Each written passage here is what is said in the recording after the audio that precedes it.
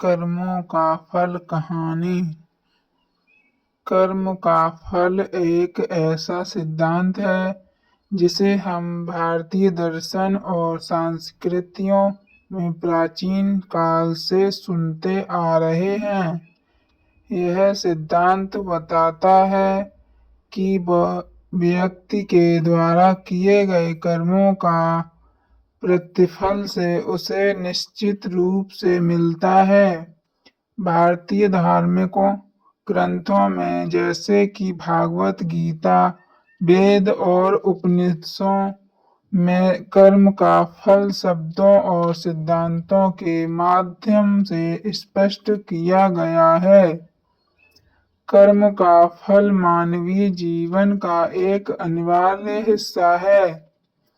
हर व्यक्ति जो कुछ भी करता है उसका प्रभाव किसी न किसी रूप में उसे जरूर मिलता है। अगर हम अच्छे कर्म करते हैं तो हमें सुख और समृद्धि प्राप्त होती है, जबकि बुरे कर्मों का परिणाम दुख और पीड़ा के रूप में सामने आता है। यह जीवन के एक कड़े सत्य के रूप में माना जाता है कि कर्मों का फल निश्चित रूप से मिलता है, चाहे वह तत्काल हो या समय के साथ। कर्म को दो प्रकार में विभाजित किया जा सकता है, अच्छे कर्म और बुरे कर्म। अच्छे कर्मों से तात्पर्य है वे जो कार्य दूसरों के भले के लिए किए जाते हैं और जो समाज, धर्म और नैतिकता के अनुसार सही होते हैं, जैसे कि किसी की मदद करना, दान करना, सत्य बोलना आदि। इसके विपरीत बुरे कर्म वे होते हैं जो दूसरों को हानि पहुंचाते हैं, जैसे चोरी करना, झूठ बोलना, दूसरों को दुख देना आदि।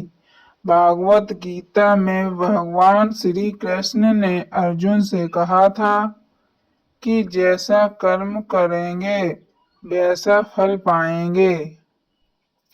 इस कथन में स्पष्ट रूप से यह सिद्धांत बताया गया है कि हम जो भी कार्य करते हैं उसका परिणाम निश्चित रूप से हमें भुगतना पड़ता है। यदि हम अपने कर्मों को ईमानदारी से और अच्छे उद्देश्य से करते हैं तो हमें अच्छे परिणाम मिलेंगे, लेकिन यदि हम बुरे इरादों से कार्य करते हैं तो उसका प्रतिफल भी हमें भोगना पड़ेगा। कर्म का फल केवल इस जीवन तक सीमित नहीं होता, बल्कि यह जन्मों के चक्र में भी चलता है। भारतीय धर्मों के अनुसार पुनर्जन्म के सिद्धांत के तहत हम जो कर्म करते हैं उनका असर हमारे अगले जन्म पर भी पड़ता है। इस कारण अच्छे कर्मों से पुण्य अर्जित होता है, जबकि बुरे कर्मों से पाप लगता है।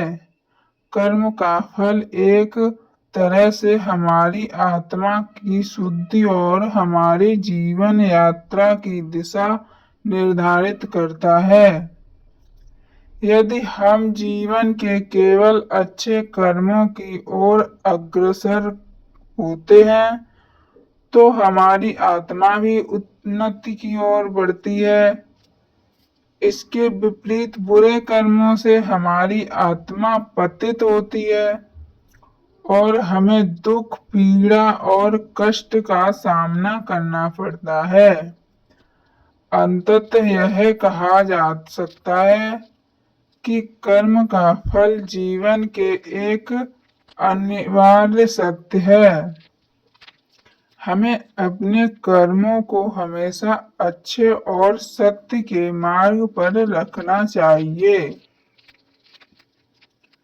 ताकि हम सुखी, समृद्धि और शांति से भरा जीवन जी सकें।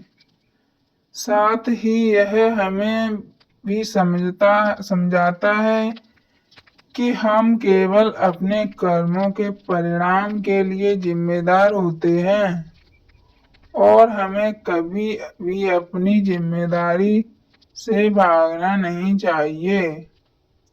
इसलिए अपने हर कर्म को सचेत होकर करना चाहिए ताकि उसके परिणाम सकारात्मक रूप से हमें प्राप्त हों।